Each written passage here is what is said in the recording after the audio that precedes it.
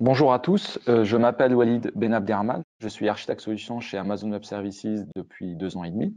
Et aujourd'hui, nous allons voir ensemble le RGPD et comment AWS vous aide à atteindre la conformité RGPD. Alors, tout d'abord, c'est quoi le RGPD? Le RGPD, ou le Règlement général sur la protection des données, il y a en anglais le GDPR, on entend souvent parler de GDPR ou de RGPD, est un règlement de l'Union européenne pour la protection des données personnelles. Alors, c'est un règlement, c'est une loi qui vient remplacer la directive 95 qui s'appliquait depuis 95 sur la protection des données personnelles. Et contrairement à une directive, la réglementation RGPD s'applique comme une loi sur l'ensemble des pays de l'Union européenne. La directive qui, elle, s'inclinait via des lois au niveau de chaque pays, le RGPD vient introduire de nouvelles exigences, d'augmenter et d'enforcer la protection des données personnelles, elle vient harmoniser les standards de la protection des données, de la sécurité et de la conformité dans l'Union européenne.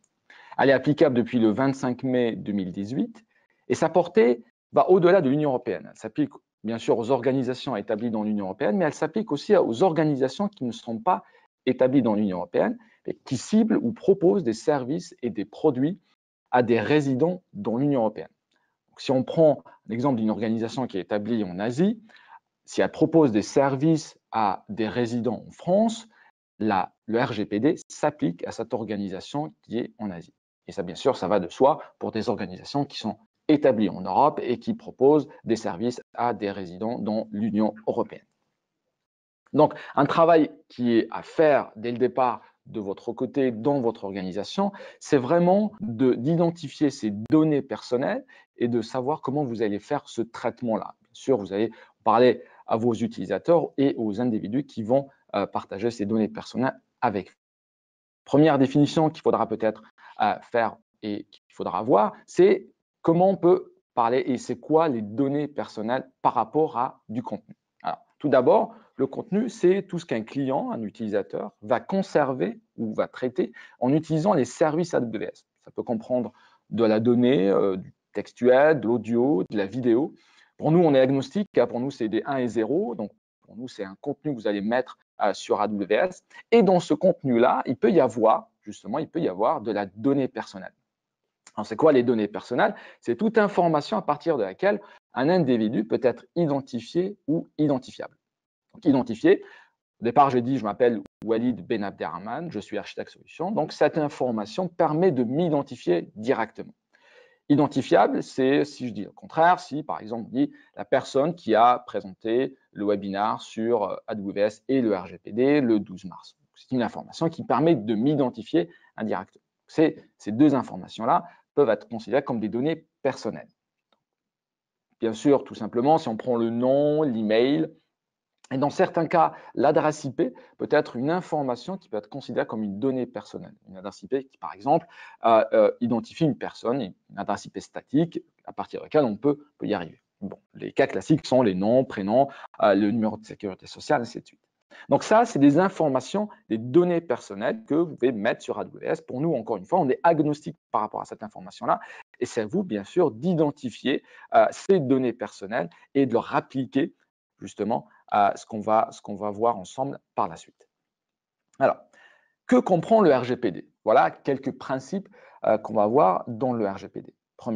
Le premier point, c'est le droit à la portabilité des données. Alors, les individus ont le droit, bien sûr, de récupérer leur information qu'ils ont stockée, leur information personnelle qu'ils ont stockée et qu'ils ont chez vous. Donc, si on prend par exemple un réseau social auquel on peut identifier rapidement ce principe, la personne peut récupérer les données personnelles la concernant sur ce réseau social.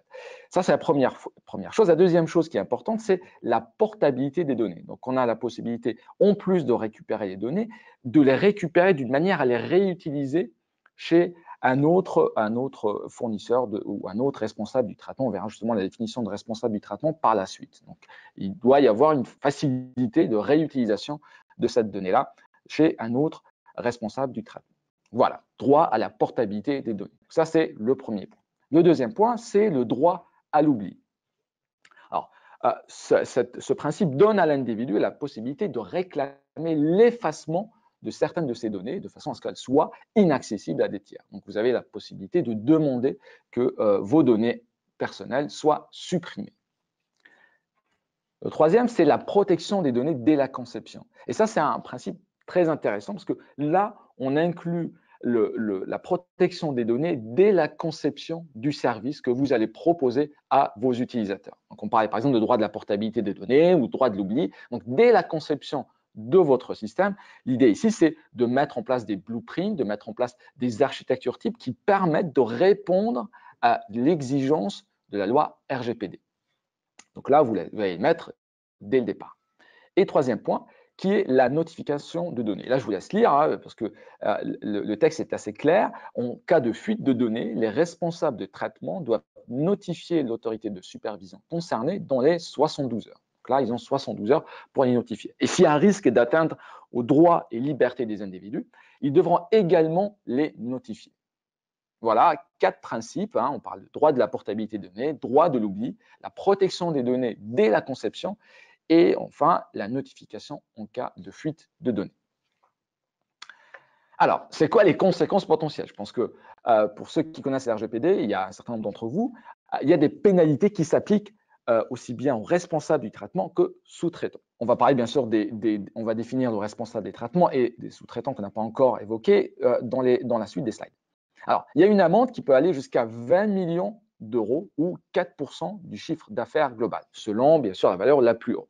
Donc, on va retenir la valeur la plus haute, soit à hauteur de 20 millions ou 4% du chiffre d'affaires. Alors, c'est des amendes qui sont là pour être dissuasives. L'idée ici, c'est de pousser les organisations qui stockent des données personnelles à mettre en place on va voir des termes techniques, des process techniques pour pouvoir protéger les données personnelles des individus. Alors, ces individus même qui peuvent poursuivre, justement, en plus de ces amendes-là, poursuivre ces organisations, ils peuvent avoir des recours collectifs en cas de fuite ou de brèche de données importantes sur leurs données personnelles. Donc voilà, vous voyez, donc il y a vraiment un enjeu derrière et l'idée ici, c'est bien sûr de protéger les données personnelles des individus. Alors, comment maintenant AWS aide ses clients à atteindre la conformité? C'est l'objectif justement de notre présentation. Alors, on a parlé justement de personnes physiques, hein, donc c'est l'individu ou celui qui va donner ou celui qui va vous confier ses données personnelles pour un traitement, pour un service que vous allez lui rendre. On parle de responsable de traitement, c'est celui qui va accueillir qui va stocker et traiter et utiliser ces données personnelles pour rendre un service ou pour proposer un produit, un service à ces personnes physiques et qui va faire appel ou pas d'ailleurs à des sous-traitants. Il peut être lui-même autonome ou il peut faire appel à des sous-traitants et AWS rentre dans cette catégorie-là de sous-traitants. Alors, le responsable du traitement, il doit mettre en place, donc ça c'est l'RGPD qui l'exige, il doit mettre en œuvre des mesures techniques et organisationnelles appropriées pour stocker, traiter ces données-là dans le cadre des principes qu'on a vus par exemple tout à l'heure. D'ailleurs, je vous invite à aller voir la loi et la lire pour aller plus loin dans la lecture du RGPD. Alors, il doit aussi superviser son propre environnement, donc il doit le monitorer, il doit savoir ce qui se passe à tout moment au niveau de son environnement. Et il doit notifier, comme on l'a dit, les régulateurs et les individus en cas de fuite de données ou brèche de données importantes sur son système. Les sous-traitants, de leur côté, comme AWS, on est agnostique, comme je vous disais, par rapport au contenu. Pour nous, c'est un contenu d'une manière générale, c'est des 1 et des 0. Ça peut contenir des données personnelles comme ça peut contenir des photos de vacances, comme ça peut contenir toute autre information qui n'est pas personnelle. Mais les sous-traitants aussi doivent proposer des mesures techniques et organisationnelles qui permettent justement de répondre aux exigences de la RGPD. Voilà on va dire, les responsables du traitement ou les sous-traitants. Vous allez trouver, si on parle un peu en anglicisme, de data controller et de data processor.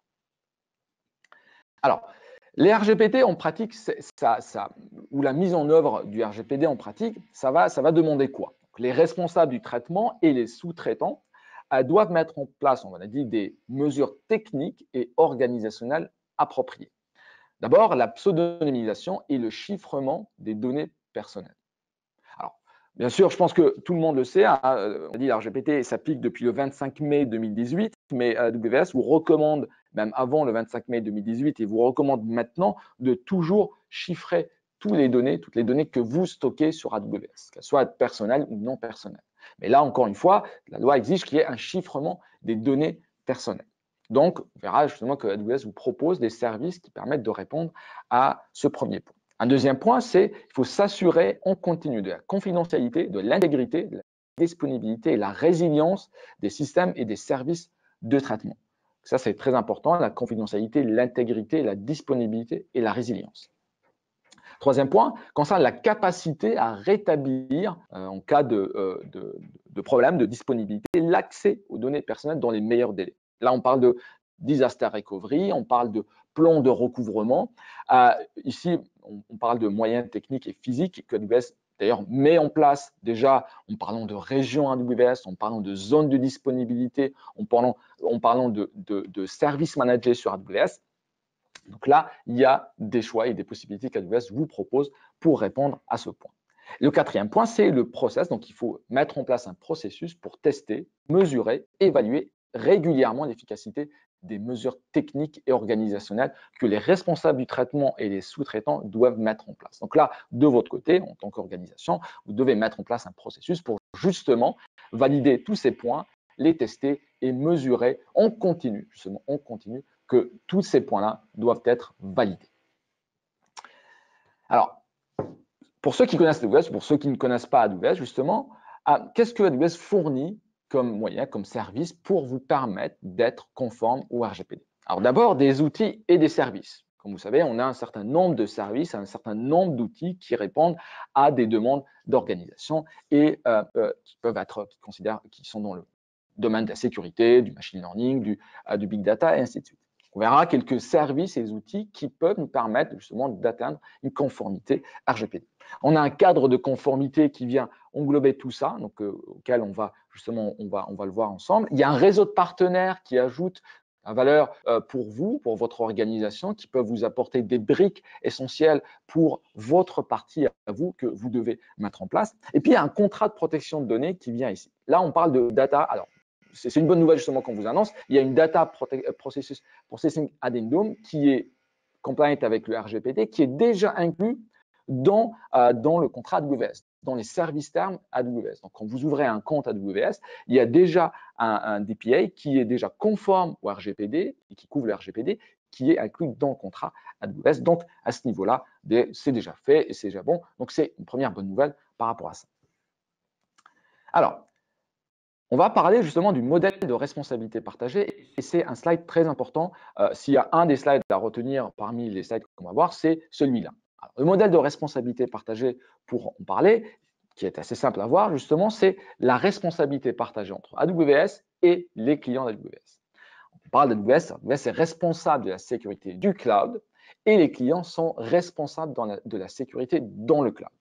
Alors, on a parlé par exemple de régions, de data centers, de zones de disponibilité. Ça, c'est bâtiments physiques, c'est data centers, leur localisation, le profil de risque qui est séparé entre les différentes zones de disponibilité, la sécurisation des accès réseau, les accès électriques, ainsi de suite. Ça, c'est AWS qui est responsable de le garantir. De votre côté, bien sûr, c'est une autre responsabilité qu'on va voir par la suite. Si on parle de responsabilité, si on monte dans les couches, on parle d'hyperviseur, par exemple pour tout ce qui est patch de sécurité hyperviseur, tout ce qui est isolation, tout ce qui est réseau, tout ce qui est latence, tout ce qui est redondance et résilience à ce niveau-là, c'est AWS qui est responsable de cette partie. Après, vous avez une responsabilité qui commence, si on donne un exemple, si vous démarrez une instance ou une machine virtuelle sur AWS, vous démarrez un OS, le patcher, installer des applications de sécurité, mettre en place le processus de sécurité, mettre des règles firewall autour de ces process-là, chiffrer les données avec les services qu'on va voir ensemble, ça, c'est de la responsabilité du client.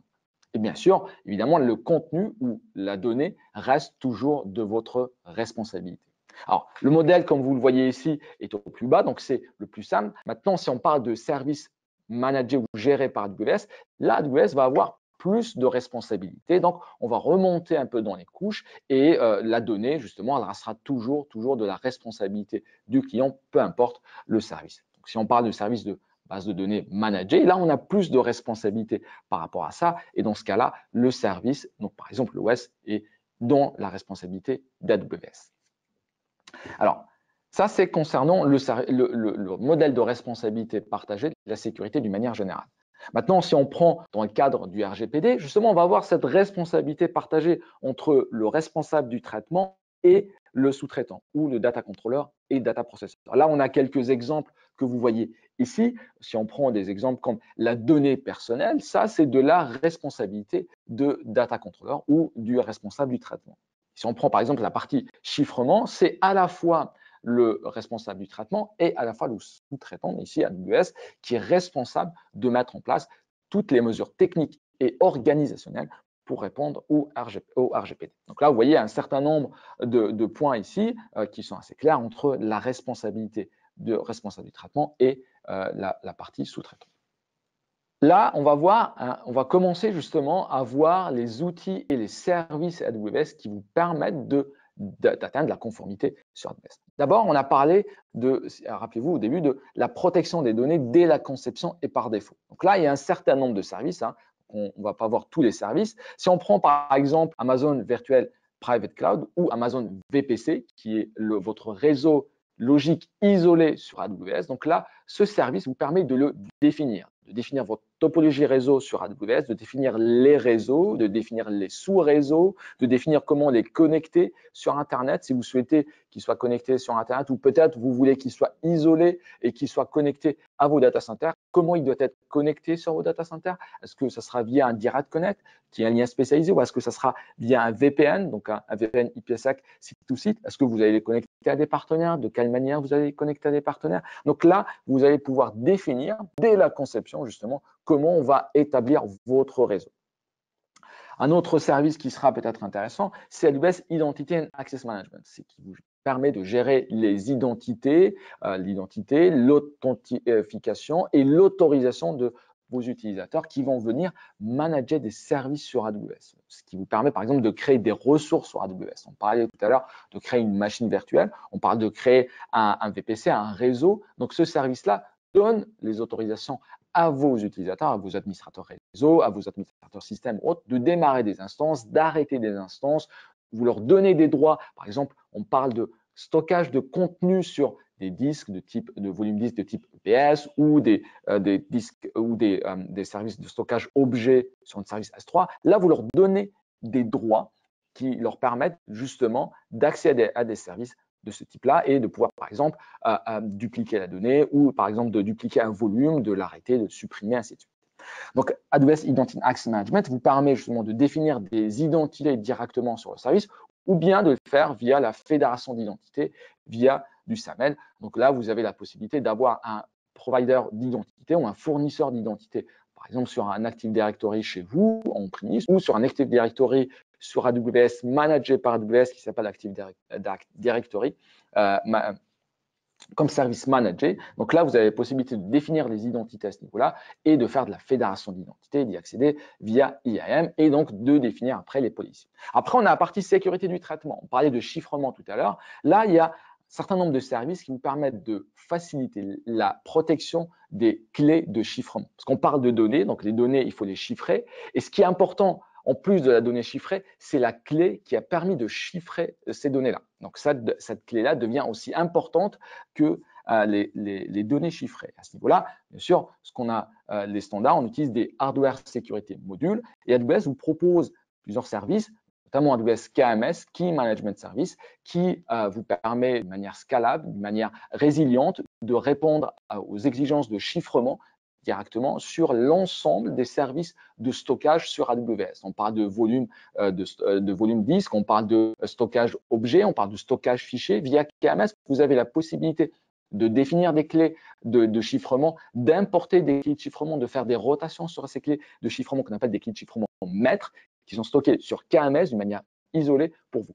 Ça répond à des standards de type FIPS 140-2 level 2. Et si on veut aller plus loin en level 3, on a AWS Cloud HSM, qui est une partition physique dédiée pour vous, pour répondre à votre conformité, pour pouvoir utiliser une puissance de chiffrement, déchiffrement importante sur le cloud, avec une scalabilité, avec une résilience, avec la possibilité de sauvegarder vos clés, ainsi de suite, qui est possible via Cloud HSM. Donc là, vous avez des services, des outils qui répondent aux standards les plus hauts pour permettre de chiffrer vos données, que ce soit des contenus, on disait tout à l'heure, chiffrer tout sur AWS, que ce soit de la donnée personnelle que vous avez stockée, que ce soit sur des services de stockage qu'on vient de citer, ou sur même des bases de données ou des data warehouse managés par AWS. Ensuite, on a l'enregistrement des activités de traitement. Là, si je prends un service, je prendrai CloudTrail, qui est un service qui permet de loguer, de tracer la majorité des appels API sur AWS. Donc, si vous le savez ou pas, donc la plupart des services AWS, c'est des API derrière. Quand vous allez sur la console, c'est juste une IHM et derrière, il y a des API. Tout est API sur AWS. Et CloudTrail vous permet de tracer la majorité des appels API en presque temps réel sur AWS. Donc, vous avez une visibilité complète de ce qui se passe sur AWS en presque temps réel et en continuité sur AWS. Donc, ce qu'on vous invite à faire, c'est justement de l'activer et de pouvoir l'utiliser, l'analyser pour savoir ce qui se passe presque temps réel et de prendre des actions derrière en se basant sur ces appels API. Et justement, ça fait suite à mon slide, c'est de dire si vous pouvez y accéder via une API, ce qui est le cas sur AWS, tous les services sont accessibles via une API, vous pouvez l'automatiser. Et je dirais même, vous devez l'automatiser, surtout sur la partie sécurité. Vous devez et pouvez le faire sur l'ensemble des services, en production, en dev, en test, mais vous devez le faire d'un point de vue technique sur la partie sécurité. D'ailleurs, c'est simple, hein, on l'a remarqué chez nos clients, hein, donc ils ont des procédures de sécurité. S'ils appliquent, il y a des humains qui sont derrière et on est tous faillibles à ce niveau-là, on prend le processus, on applique une fois, 2 fois, 3 fois, 4 fois. Au bout d'un moment, peut-être qu'il y a des failles, peut-être que le process n'est pas appliqué à 100%, il y a une négociation, des choses comme ça. Ce qui n'est pas le cas d'un processus ou un script, quand vous allez le mettre en place, il n'y a pas de négociation, il va suivre les étapes un à un et il va appliquer ce que vous avez écrit sur ce script-là. Donc, ce que l'on vous invite à faire, c'est de pouvoir automatiser les réponses de sécurité qui sont proposées par AWS. Et en parlant de ça, justement, on va prendre un autre service qui s'appelle RGPD, qui s'appelle GuardDuty, Amazon GuardDuty, qui est un service de détection des menaces, qui recherche en continu les menaces ou les comportements malicieux qui arrivent sur votre compte. Alors, comment fonctionne ce service? Alors, il se base sur les CloudTrail Events, donc il se base sur les événements CloudTrail, il se base sur les VPC Flow Logs, qui sont les logs réseau qui sont au niveau de votre VPC, et il se base sur les logs DNS.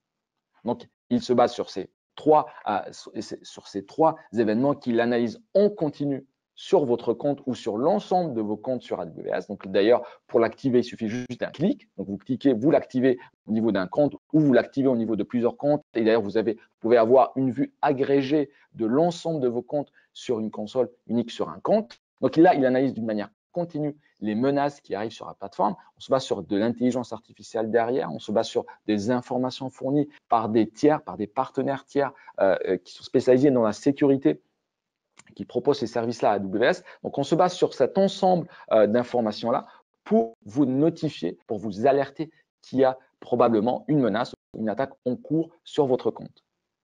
Donc là, on vous notifie. Ce qui est important de votre côté, c'est de prendre des actions de rémédiation suite à ces attaques-là, suite à ces menaces qu'on a détectées. Alors, ça se présente comment? Alors, bien sûr, vous allez faire des alertes. Donc, vous allez générer des alertes. Vous allez envoyer des notifications à votre équipe SOC. Et vous pouvez aussi en même temps prendre des actions automatisées via AWS Lambda notamment, qui va prendre des actions où vous allez peut-être déclencher des processus de sécurité, des workflows de sécurité qui permettent de répondre justement à cette menace-là. Ça, c'est un service GuardDuty que je vous invite justement à explorer et à utiliser à partir d'aujourd'hui. Alors, un autre service qui s'appelle Amazon Macie, qui lui, il va être dans la partie données. Donc là, on a vu GuardDuty qui était sur la partie analyse de log, analyse de CloudTrail, d'événements, d'analyse réseau. Mais là, Amazon Macie permet d'analyser la partie données que vous avez stockées sur S3. Donc, il y a des clients qui stockent des millions et des milliards d'objets sur S3. L'idée ici, c'est que Macie vous permet, en se basant sur de l'apprentissage en machine learning, de découvrir, de classifier et de protéger vos données sensibles sur AWS. Il le fait pareil d'une manière continue et automatisée. Il permet par exemple de détecter s'il y a des données de type personnelles? Est-ce qu'il y a des données de carte bancaire? Est-ce qu'il y a des données qui sont, par exemple, les access keys, secret keys d'AWS? Est-ce que vous avez des licences qui sont stockées sur S3? Est-ce que vous avez des clés de chiffrement? Est-ce que vous avez des certificats RSA qui sont stockés sur S3? Tout ce type de données permet de les analyser, de les découvrir, de les classifier et de vous notifier en cas de comportement suspicieux, par exemple d'un collaborateur chez vous qui utilise S3 et qui potentiellement est en train de faire quelque chose qu'il n'est pas habitué de faire, copier une donnée, supprimer une donnée, la déplacer, ainsi de suite. Tout cela, il peut arriver et Macie peut analyser le comportement suspicieux et justement vous alerter par rapport à ça. Et encore une fois, prenez des process automatisés qui vous permettent de répondre à cette menace-là qui est en cours. Donc là, voilà, Amazon Macie, un deuxième service qui vous permet, dans le cadre de RGPD, d'atteindre cette conformité. Alors, on va aller encore plus loin et on va parler justement de logiciels libres qui sont proposés par des partenaires AWS. On parle notamment du CIS, qui est un benchmark qui est proposé, qui permet de répondre, il est dédié pour AWS dans ce cas-là, qui permet de voir l'ensemble des standards, l'ensemble des services qu'il faut mettre en place. Par exemple, si vous n'avez pas mis le MFA, le multifactor authentification pour vos utilisateurs, si par exemple vous avez des policiers IAM qui peuvent être un peu plus permissifs, si vous avez par exemple, vous n'avez pas utilisé des chiffrements, ainsi de suite, CIS, le benchmark CIS que vous pouvez trouver d'ailleurs sur les liens ici sur AWS Labs, donc vous avez la possibilité de l'utiliser. Encore une bonne nouvelle, c'est qu'on a un service qui s'appelle Amazon AWS Security Hub qui vous permet justement de comprendre votre sécurité et l'état de votre conformité sur AWS et qui, à l'intérieur, comprend justement le benchmark CIS qui vous permet d'avoir sur une console, d'abord d'avoir une console unifiée sur laquelle vous allez avoir l'ensemble des alertes qui vont remonter des services comme GuardDuty, comme Inspector, comme Macie, mais aussi d'avoir la partie CIS qui sera automatisée. Donc, si vous le souhaitez le faire, vous pouvez le prendre vous-même sur les liens que je vous ai partagés ou bien de voir AWS Security Hub qui vous donnera justement l'ensemble des points qui concernent le CIS. Alors, on a parlé d'outils et de services. Maintenant, parlons de certification. On a un ensemble de certifications. On a plus de 65 certifications globales et locales. Là, on a quelques exemples de certifications qui nous intéressent justement. ISO 27001, 9001. Donc, AWS est déjà certifié ISO 27001, 9001. On est certifié, par exemple, pour la partie cloud spécifiquement 27017, 27018, ce qui concerne la protection des données personnelles dans le cloud. Donc, il y a déjà une certification par rapport à ça. Une autre certification européenne, le C5, qui est une certification allemande pour la protection de données sur le cloud. Donc, tout ça, c'est des certifications qui existent, faites par des auditeurs externes de renommée mondiale, parce que moi, je peux vous dire que je veux ici, mais là, c'est des auditeurs externes qui ont validé, qui ont certifié la plateforme AWS et les régions AWS. Et je vous invite d'ailleurs à récupérer cette certification. Sur la console AWS, vous allez trouver un service qui s'appelle AWS Artifact qui vous permet de récupérer ces certifications-là que vous pouvez consulter directement sur AWS. Alors, si on revient sur la partie responsabilité partagée, là encore une fois, on a la possibilité, justement, il y a une certaine responsabilité où on va dire si vous voulez être conforme ISO 27001, ISO 27017 ou C5, il y a pareil un travail qui est fait des deux côtés. AWS vous allège cette charge-là et il réduit l'effort. Il y a un certain effort que vous devez faire de votre côté, mais il y a déjà un effort qui a été fait, comme on l'a vu dans la partie responsabilité partagée par AWS. Il y a une autre partie qui vous concerne. Si on prend par exemple ISO, on prend les SOC, donc il y a une partie qui est déjà faite par AWS que vous pouvez utiliser, mais il y a une autre partie qui concerne vos workloads, qui concerne votre service qui doit être accrédité. Et pareil pour la partie GDPR avec le Code of Conduct, donc vous devez suivre, que vous pouvez suivre pour atteindre cette conformité. D'abord, les services AWS, tous les services AWS sont conformes GDPR. Donc là, c'est déjà fait. Il reste vos services à vous et votre partie à vous à considérer dans le cadre du RGPD et qui vous permettra justement d'avoir cette accréditation-là. Et d'ailleurs, il y a un Code of Conduct qui a été proposé et sur lequel AWS a participé, qui s'appelle le CISP, que je vous invite à lire aussi, qui vous permet justement, dans le cadre de GDPR, de savoir qu'est-ce qu'il y a aussi à faire de votre côté. Alors, on a parlé d'outils et services, on a parlé de conformité. Maintenant, parlons de la marketplace parlons de partenaires AWS que vous voyez ici, que je vous laisse le temps de voir, et qui vous proposent des services sur AWS. Donc, c'est des partenaires qui vous parlent, justement, que vous avez peut-être utilisé ou que vous utilisez en ce moment sur vos data centers. Alors, rapidement, pour ceux qui ne connaissent pas la marketplace, c'est quoi? C'est comme votre App Store. Donc, ici, c'est quoi? C'est vous allez utiliser des services proposés par des ISV, des fournisseurs de software. Il y en a plus de 1400 sur la plateforme, sur la marketplace AWS. Donc, l'idée, c'est que si vous voulez utiliser un de ces software, vous avez la possibilité de le faire d'une manière, on va dire, cloud-friendly. Donc, vous avez la possibilité d'utiliser ça à la demande. Parfois, il y a des licences incluses, parfois, il n'y en a pas. Il faut peut-être se rapprocher de ces fournisseurs de software et vous pouvez l'utiliser. Vous allez avoir à la fin du mois une seule facture qui va comprendre et les services AWS et les services qui sont proposés par ses partenaires. Donc là, vous avez la possibilité justement d'augmenter, d'ajouter des services qui peuvent répondre à l'exigence RGPD dans votre partie de responsabilité partagée. Alors, un dernier point, justement, on parle le webinaire ici, et l'idée, c'est de vous accompagner pour être conforme RGPD. On l'a dit que les services AWS sont tous conformes RGPD. Maintenant, il y a votre partie, vos services à vous, qui doivent être votre partie de la responsabilité partagée, qui doivent être prêts, qui doivent être conformes au RGPD.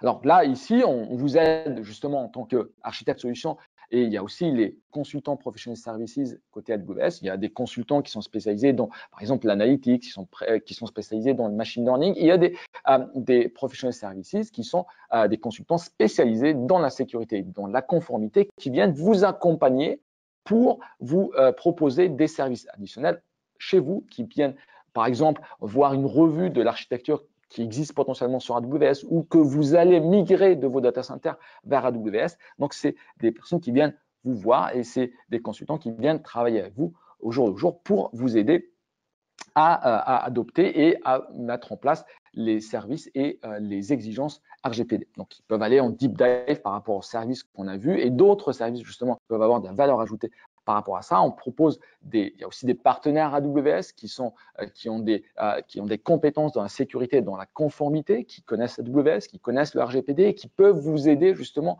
à adopter et à atteindre cette conformité RGPD. Un dernier point qui concerne justement le RGPD, il y a ce lien-là que je vous invite à aller visiter qui reprend ces points-là et qui va au-delà. On propose un livre blanc qui résume ce qu'on vient de dire et qui vous propose l'ensemble des services AWS, qui vous propose d'explorer la conformité RGPD dans le cadre du cloud AWS. Il y a pas mal de ressources que je vous invite justement à aller voir et à visiter au niveau de cette page. Alors, un dernier point, justement, sachez, pour ceux qui peut-être qui ne connaissent pas, depuis déjà plus d'un an, on a des data centers en France. On a une région à Paris qui comprend au moins 3 data centers établis sur les zones de disponibilité AWS qui vous permettent de stocker vos données en France, qui vous permettent d'accéder à ces données avec une faible latence, avec des connexions dédiées et qui comprennent, bien sûr, et qui sont conformes à la réglementation RGPD. Donc, il n'y a pas de raison de ne pas utiliser les services AWS en France pour vos workloads qui nécessitent d'être justement en France. Merci pour votre écoute et place aux questions maintenant. Alors, oui, alors le RGPD vous invite, alors justement la question c'est quoi? Est-ce que le RGPD impose le chiffrement ou la pseudonymisation des données? Oui, l'idée ici c'est de protéger les données personnelles des clients qui seront et qui vont mettre ces données personnelles sur votre plateforme. Et le chiffrement est une façon de protéger les données qui seront utilisées sur votre plateforme. Alors, vous avez mentionné le chiffrement comme pratique incontournable. Les clients ont-ils la possibilité de gérer eux-mêmes les clés? Oui, alors les clés peuvent être gérées par les clients. Donc, on a vu 2 services, AWS KMS et AWS Cloud HSM. Donc, KMS, vous avez la possibilité d'importer votre clé, donc de l'importer, de la supprimer, de faire de la rotation de clés à ce niveau-là. Ce qu'on vous demande justement à ce niveau-là, c'est d'avoir un autre HSM dans vos data centers quand vous allez importer ou une solution qui permet de stocker cette clé d'une manière sécurisée quand vous allez la récupérer, quand vous allez l'importer sur KMS. Ça, c'est KMS d'un côté. Puis, il y a un cloud HSM qui vous permet justement de créer votre clé, de la gérer, de gérer les accès, de pouvoir chiffrer les données avec elle, de pouvoir scaler pour pouvoir chiffrer et déchiffrer les données d'une manière sécurisée sur AWS. Alors, la question est la suivante, peut-on définir nos propres scénarios de menaces dans GuardDuty ou est-ce qu'on se base sur des scénarios standards définis par AWS? Alors, GuardDuty vous propose une cinquantaine d'analyses de menaces qui sont établies par AWS, justement. C'est AWS qui va gérer ces menaces-là. On en a augmenté et on ajoute à fur et à mesure des menaces additionnelles sur GuardDuty. D'ailleurs, je vous invite à aller voir le service GuardDuty et vous allez voir l'ensemble des scénarios, l'ensemble des menaces qui sont analysées par GuardDuty. Donc, c'est des services, c'est des menaces qui sont analysées et qui sont managées par GuardDuty. L'idée, c'est de votre côté d'ajouter la rémédiation automatique quand GuardDuty vous notifie ces menaces-là. Quelle est la différence entre choisir la région Irlande ou Paris? Alors, la question est quelle est la différence entre choisir la région d'Irlande ou Paris? Alors, d'une manière générale, concernant les régions sur AWS, quand on parle de choix de région sur AWS, il y a 4 critères principaux. Le premier, c'est l'ensemble des services présents dans la région. Donc, il faut voir est-ce que vous allez utiliser un service ou un autre. Deuxième point, c'est la réglementation, la régulation du pays par rapport à ce que vous allez utiliser. Troisième point, c'est le coût.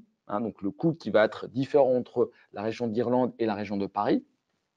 Et troisième point, c'est la latence, donc la vitesse de la lumière, si vous voulez accéder plus rapidement à Paris ou en Irlande. Voilà les 4 différences ou les 4 points qui vous permettent de choisir entre une région et une autre, que ce soit en Europe, ce qui est le cas de l'Irlande ou Paris, et les autres régions dans le monde. Alors, question suivante, est-ce qu'un VPC est vraiment sécurisé? Par exemple, si 2 instances EC2 dont le même VPC échangent en HTTP, les données sont-elles chiffrées côté AWS afin que la personne puisse sniffer le réseau? Alors, oui, le VPC est complètement et totalement sécurisé et isolé. C'est votre bulle réseau logique isolée au sein d'AWS. Dans le même compte AWS, entre 2 VPC, on ne peut pas communiquer si on ne fait pas ce qu'on appelle le peering. Et entre 2 comptes de 2 clients séparés, bien sûr, c'est la même chose. Alors, est-ce qu'ils sont sécurisés? Effectivement, on ne peut pas faire de sniff réseau. Donc, derrière, je vous invite justement à aller voir plus en détail dans la documentation AWS. On ne peut pas sniffer le réseau, même si vous mettez votre instance OC2 en promiscuous, les interfaces réseau autres, on ne peut pas sniffer, on ne peut pas voir le réseau de trafic qui est entre les deux. Par rapport au chiffrement de données entre les instances EC2, AWS ne chiffre pas les données qui sont entre les instances EC2 et c'est un très bon point. Justement, on a parlé de chiffrement à REST avec KMS et avec la HSM. Ce qu'on vous invite à faire, c'est aussi de faire du chiffrement en transit entre les instances EC2 qui arrivent qui sont au sein d'AWS ou bien sûr à l'extérieur quand vous avez des communications à l'extérieur. La recommandation SEP, c'est chiffrer tout sur AWS d'une manière générale. La question suivante, c'est est-ce qu'il y a un conflit entre le GDPR et le Cloud Act? Non, alors le Cloud Act et le GDPR, le Cloud Act ne change rien par rapport au GDPR. Le Cloud Act ne change pas les lois locales de chaque pays. Donc, il n'y a pas de conflit entre les deux à ce niveau-là. Alors, il y a la deuxième question qui est, on revient sur la question entre l'Irlande et Paris, est-ce que ce sont les mêmes principes RGPD qui s'appliquent? Effectivement, c'est la même chose qui s'applique, peu importe la région, on l'a dit tout à l'heure, ça s'applique peu importe où les organisations, qu'elles soient établies dans l'Union européenne ou à l'extérieur de l'Union européenne, du moment qu'elles traitent des données personnelles de résidents dans l'Union européenne, on applique la même loi RGPD partout. Donc, que ce soit la région de Paris ou les autres régions, c'est exactement la même chose. Alors, il y a d'autres questions qui sont encore là. Malheureusement, on n'aura peut-être pas le temps de répondre à toutes ces questions-là. On va les prendre et on va vous répondre par mail à toutes les questions qui sont là. Je vois pas mal de questions qui reviennent sur le Cloud Act. Il y a des questions qui reviennent sur le RGPD et la partie chiffrement. On vous répondra justement à ce niveau-là.